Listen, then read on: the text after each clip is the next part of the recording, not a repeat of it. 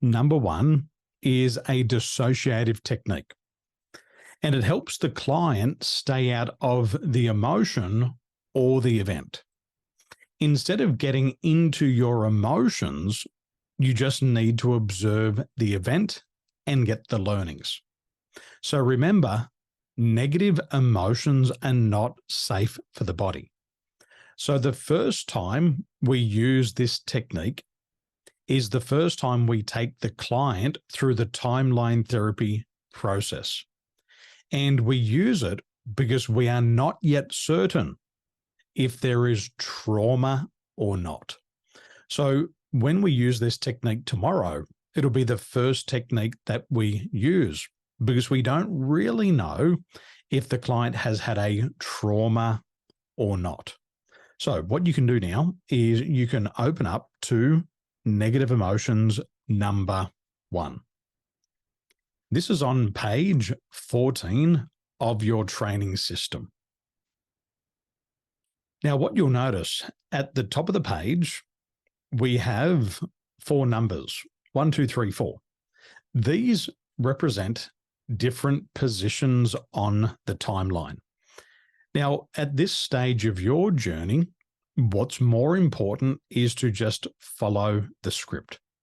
One day you might become a master practitioner of timeline therapy, and then what we will do is we will dig deeper into these different positions. So today in this training room, I want you all just to follow the script and let the script do the heavy lifting for you. So let's start at the top. It says the client should be looking through her own eyes when above the timeline. Very important that we do this process with the client's eyes open. Really, it prevents them from associating into the memory. That's really important. We don't want them to get caught up in the memory. When their eyes are open, it's a lot easier to go through this process, and it's also a lot faster. Remember, our goal, 80% of people should be able to let go of these negative emotions in under 8 minutes. If they start to close their eyes, they get caught up in the emotions and the memory, and it does take a lot longer. So as the practitioner, what you want to do is you want to say to your client, open up the eyes, keep those eyes open. It makes it easier for you. So here's the procedure. After we've discovered the root cause, we'll turn to page 14. Now, I will demonstrate to you how this works later on. We're just learning each component today. Procedure 1. We'll say to the client, just float up above your timeline and over the past to position number 1, facing the past. And when you get there, notice the event. Let me know when you're there. So for your reference, if you just have a look at the top of the page, position number 1 is facing towards the past. Procedure 2. Now float to position number 2, directly above the event, so you're looking down on the event, and ask your unconscious mind what it needs to learn from the event, the learning of which will allow you to let go of the emotions easily and effortlessly. Your unconscious mind can preserve the learnings so that if you need them in the future, they'll be there. When the client has the learnings, you'll say, tell me what they are. Now, in a moment, I'm going to explain to you what the learnings are, but just for now, we'll read through the script. If there are no new learnings, we'll go to number 3. Procedure 3. Now float to position number 3. So you are above the event and before the event, and you're looking towards now. Make sure you're well before any of the chain of events that led to that event, and ask yourself, now where are the emotions? Now, what you'll see here with position number 3 is position number 3 is before the event and looking back towards now. So as we go through each of those 4 positions on the timeline, this is what creates the shift in perception. It's changing how the person perceives this memory with different perspectives of time. And that's what blows out the emotion. And it happens all automatically with the script. Procedure 4. Float down inside the event to position number 4, looking through your own eyes, and check on the emotions. Are they there or have they disappeared now? Now, by the time we get to number 4, the emotions will have disappeared. Good. Go back to position number 3. 5. Now come back to now above your timeline, only as quickly as you can let go all of the. Now, for example, if we're working on the emotion of anger, we will name that emotion. So for this example, I'll say, now come back to now above your timeline, only as quickly as you can let go of all the anger on the events all the way back to now. Assume position 3 with each subsequent event, preserve the learnings, and let go of the anger all the way back to now. Float down into now and come back into the room. Now you'll see there, it says break state. Now, what a break state is we're just getting them to change their level of consciousness. So I might say to Jesse, tell me the number plate. What is the numbers on your number plate on your motor vehicle? And Jesse will go, ABC 1, 2, 3. And what we're doing is we're getting her consciousness away from the process and thinking towards something else. Or I might say to Jesse, what are you having for dinner tonight? And it'll quickly break her state and she'll be thinking about dinner rather than the emotional process we went through. Does it make sense? You know what we do to kids? They go, Mum, I want this.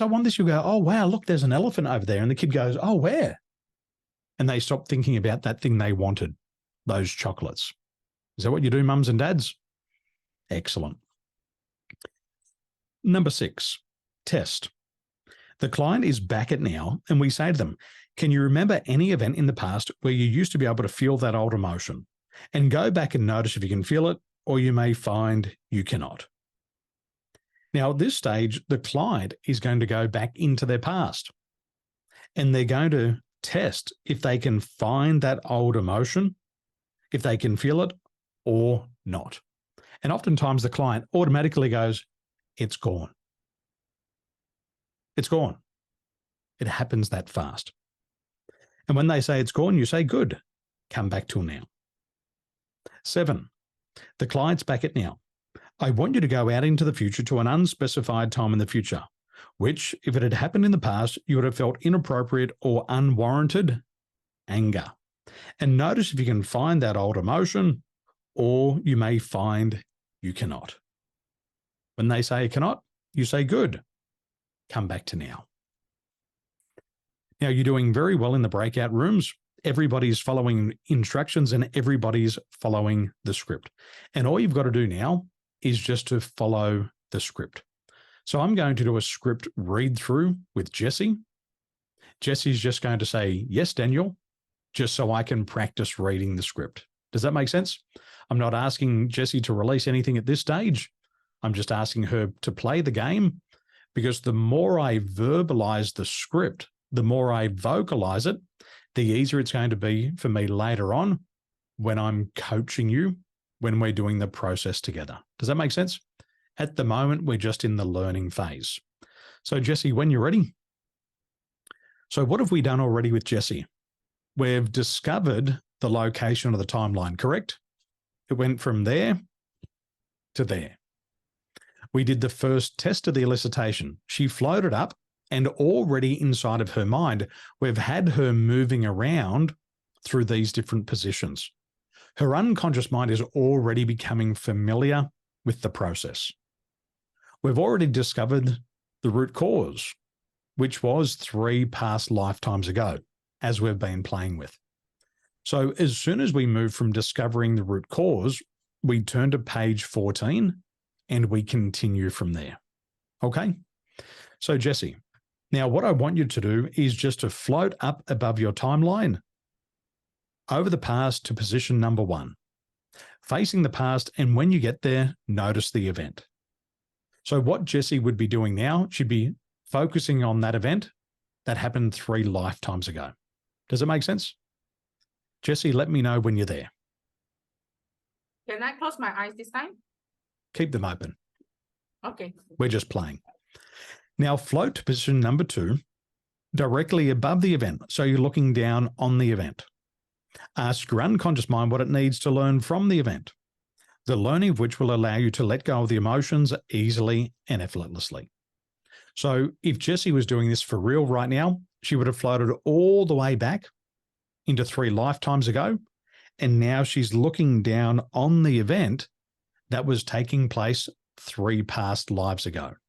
Okay. And then I'm asking Jessie, what are the learnings? Tell me what they are. We're going to talk about the learnings in a moment. Yes. 3. Now, Jessie, float to position number 3. So you're above the event and before the event, and you're looking towards now.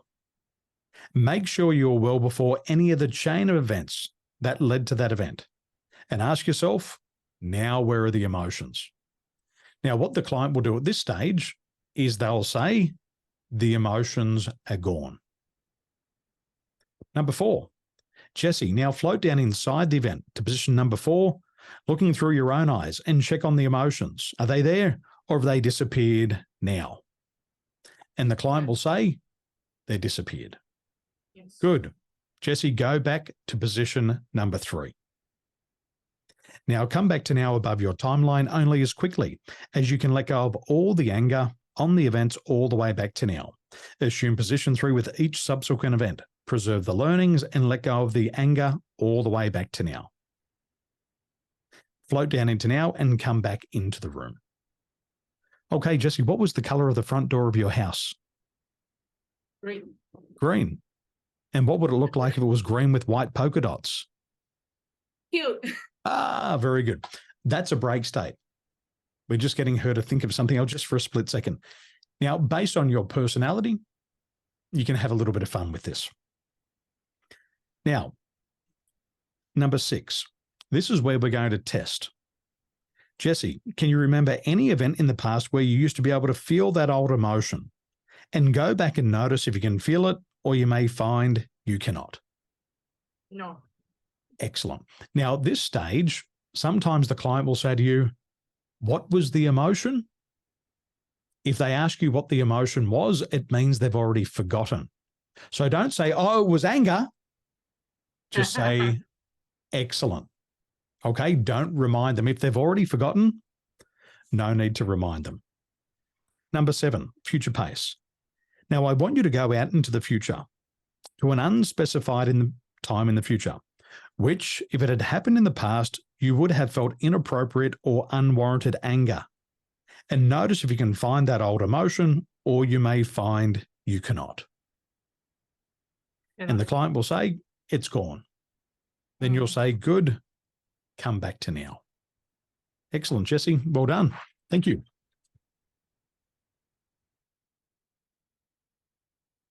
Now, if you're doing a future pace and the client goes out into the future and the negative emotion is still there, what does that mean?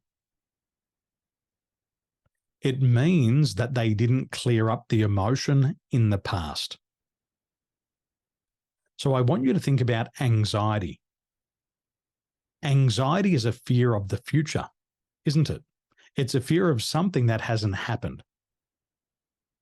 Now, the only way we can have anxiety in the future is if we have unresolved fear in the past.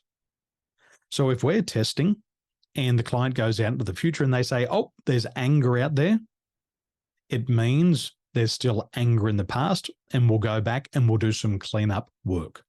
Now, I'll demonstrate that later on. Okay, so let's do some practice. Remember, negative emotions, number 1, is a dissociative technique. The client does not get into the emotion or the event. It's used the first time when going through the emotions, and it's used when there is a possible trauma. Now, for a larger scale representation, these are the 4 positions. Position number 1, facing the past. Position number 2, floating above the event and looking down on the event. Position number 3 is above the event and before any of the chain of events that led to that event. Now, if you'd like to take a screenshot of that, you're more than welcome. Some coaches, they share this with their clients in the future. I've never had to. All I do is read the script. However, if your client's more visual and you want to help them out, you're more than welcome to share this with them. In addition, in your Facebook community, I've already created a PDF with all of these, and you can simply download it from the guides section, and you can use that at any time in the future. Okay, let's do some practice. In the breakout room, I want you to read the negative emotions #1 script found on page 14. And just like Jesse and I did, you want to put somebody in the hot seat just so it gives you the opportunity to read it out loud and become familiar with the script. Just like Jesse, there was really no response. She just said she played the game and she said yes. Now, observer, I noticed Max was doing very good with this before in the breakout room. Provide immediate feedback. So by providing immediate feedback, what we do is we tell the coach, this is what you did right, and this is what you can do differently next time. So if you have the opportunity, please provide some developmental feedback. Okay, question from Akma. Do we follow the script in a fast pace, just like how we elicit the timeline? Yes. Now, if I was training you and I spoke at this speed, what that is telling you is this is the speed that I want you to go. Is that correct? And you know people like this, don't you? They speak so slowly, and they walk slowly, and they drive slowly. And just like Jesse's going to sleep, I want to go to sleep too. So if you read the script very slowly, the client will do the process very slowly. But the unconscious mind works really fast. So we want to become familiar with the script so we can start to increase speed. When we speak faster doing timeline therapy, remember, we're not communicating. What I teach you in 100x DNA Accelerator is different. In this, what we're doing here with this tool is we're working with the unconscious mind, and the unconscious mind works really fast. Did you know that your ear can process 400 words per minute? Did you know that? Your unconscious mind can process information really fast. It's 30,000 times more powerful than your conscious mind. So when we do this, yes, we want to keep that pace going, Akma. Yes, we want to go really fast because we want to get it done in 8 minutes. Why would you do it in 12 minutes when you can do it in 8 minutes? Who here likes to get to their destination faster? Has anybody been on an international travel? You've been recently, Sophie. You sit there on the aircraft for 5 hours, for 6 hours, for 7 hours, for 8 hours, and it doesn't matter if you're in business class or premium economy. What do you want to do? You just want to get off that aircraft because you've been sitting there for so long. And it makes it even worse on the way home, doesn't it? You're like, oh my gosh, 12 hours of this? Just do it fast. Do it fast, do it fast, do it fast. So I want you to go to your breakout rooms. I want you to practice this at least 2 times. It'll happen really quickly. Remember, the script is going to do the hard work for you. Your job is just to read the script. The script is the rock star. The script is the superstar. All you need to do it is to read it out loud, and you and your client will get the result. So 3 people to a room. I'm going to mix up your rooms so you can meet new people and become accustomed with different styles. So enjoy your new groups. I will see you back here in around about 20 minutes. Time starts now. Enjoy.